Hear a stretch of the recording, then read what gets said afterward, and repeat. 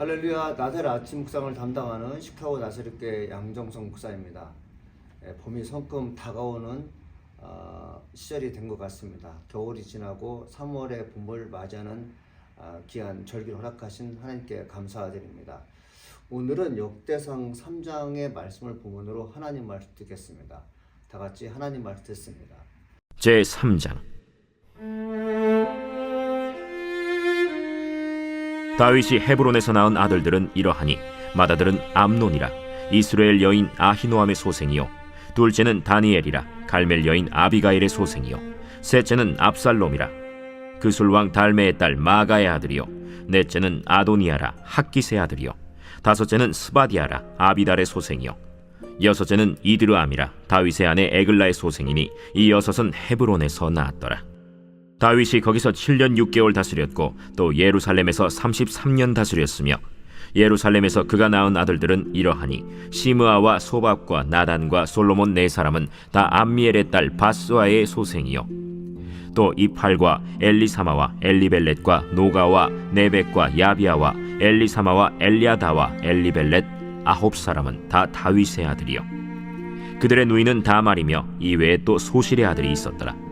역대상 3장은 다윗 왕조의 계보와 하나님의 신실하심을 기록되어 있습니다. 저도 이제 새벽 예배마다 역대상을 지금 말씀을 전하고 있는데요. 말씀 하나하나에 참 귀한 의미가 있습니다. 역대상에는 수없이 많은 사람들의 이름이 거론되고 있습니다.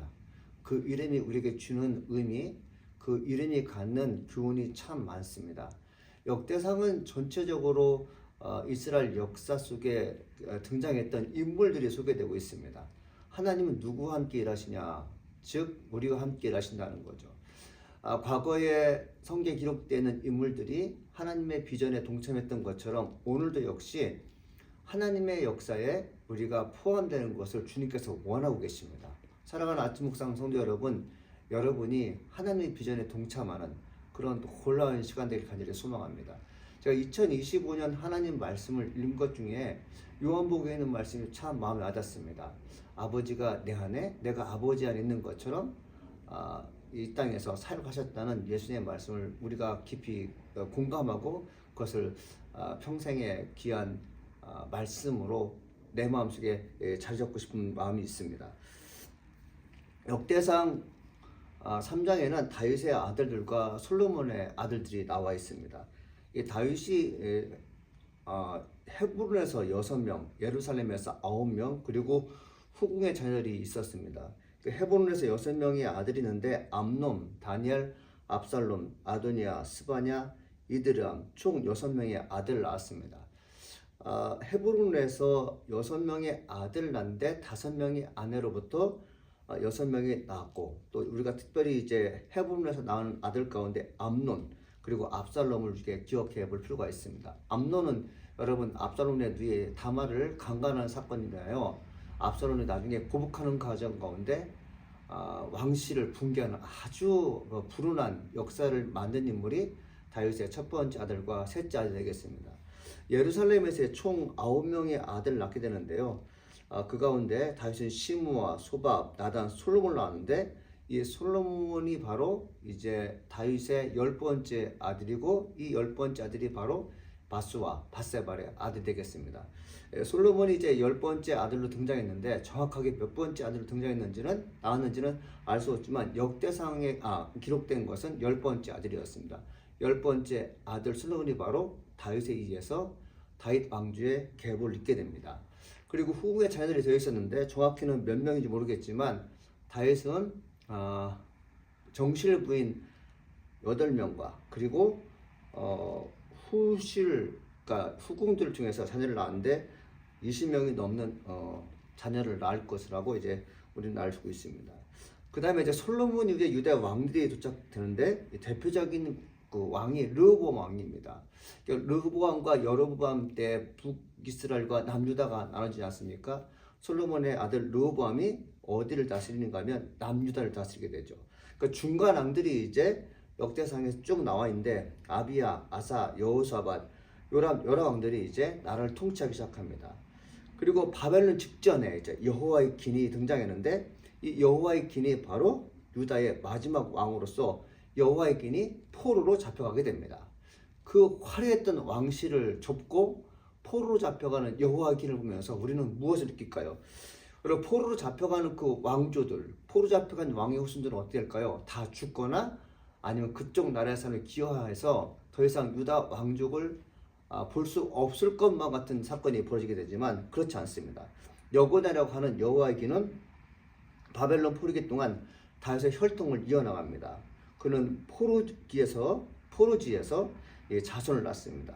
수룹바벨이 나오는데 수룹바벨은 바벨론 포로에서 돌아온 유대인의 지도자였습니다. 그는 다윗 왕조의 중요한 계승자가 되겠습니다.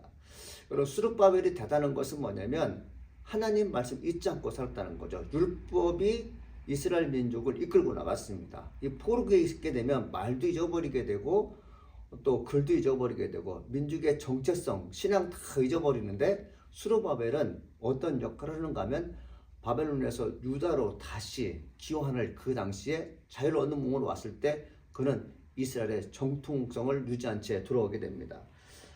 수르바벨 이후에 이제 다윗 혈통을 계속 이어지게 되죠. 이는 하나님의 약속이 지속됨을 보게 됩니다. 여러분, 하나님께서 언약을 성취할 과정을 보게 되면 하나님께서 먼저 약속하십니다.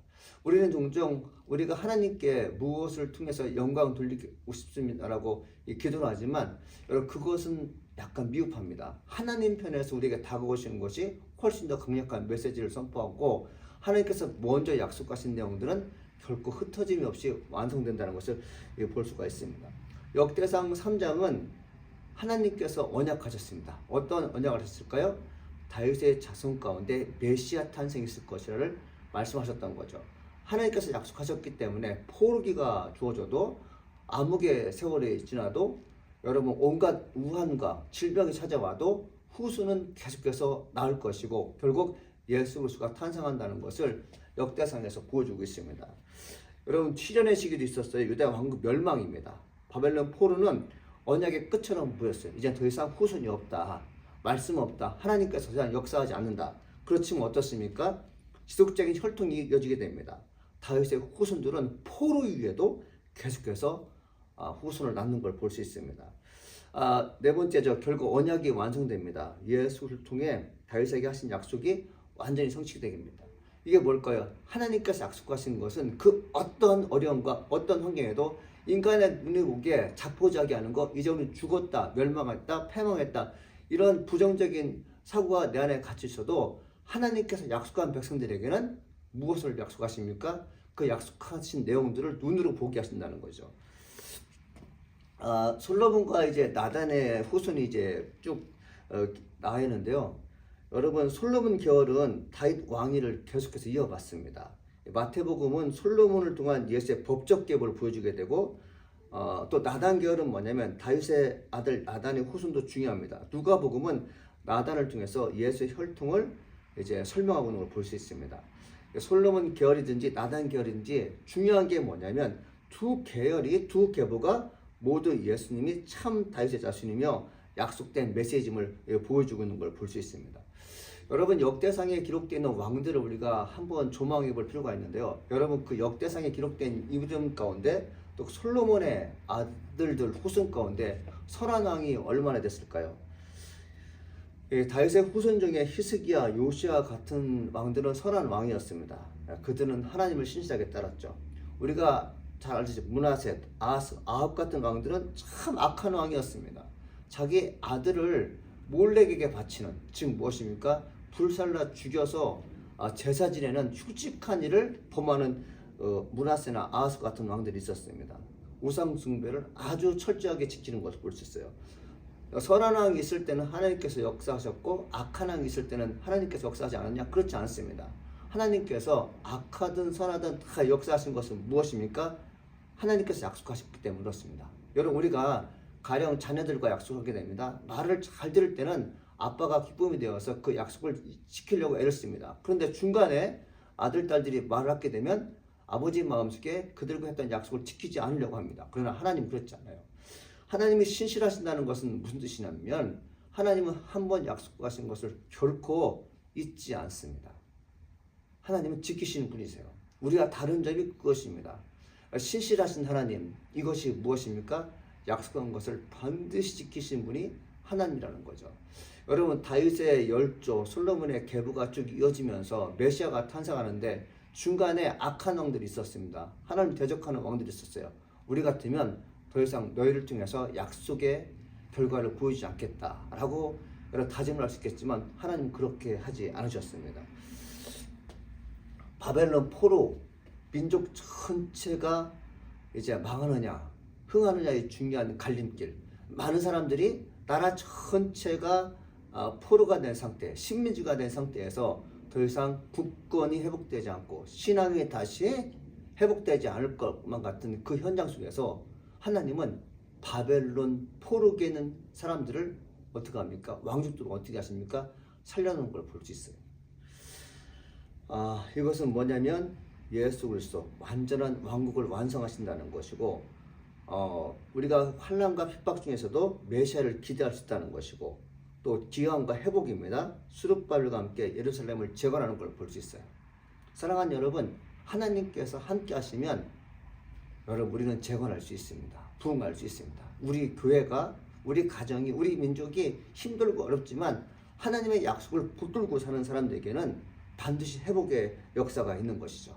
이 역사가 있는 현장은 어떤 것입니까? 삶이 편안할까요? 그렇지 않습니다. 정말 죽을 고비가 몇 번이나 다가와도 하나님께서 그 영혼을 살게 하셔서 하나님의 영광 이루는 것을 만민에게 보여준다는 것이죠.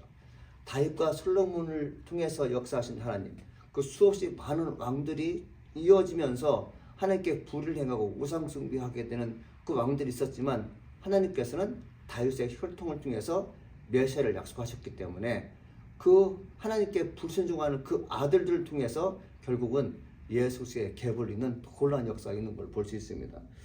사랑하는 여러분, 하나님 말씀 변치 않고 계속해서 이어집니다.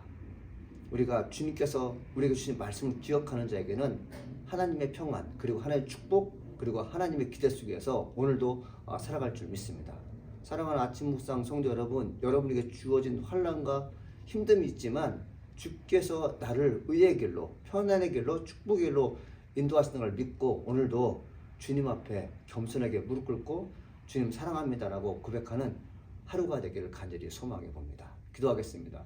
하나님 아버지 감사합니다. 오늘도 하나님 백성들을 사랑하시니 감사드립니다. 우리는 약속의 백성들입니다.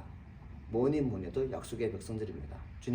주님께서 허락하신 그 모든 것을 마음에 담고 끝까지 충성을 다하는 영적인 크리스찬들 되게 도와주옵소서. 예수님의 이름으로 기도합니다. 아멘.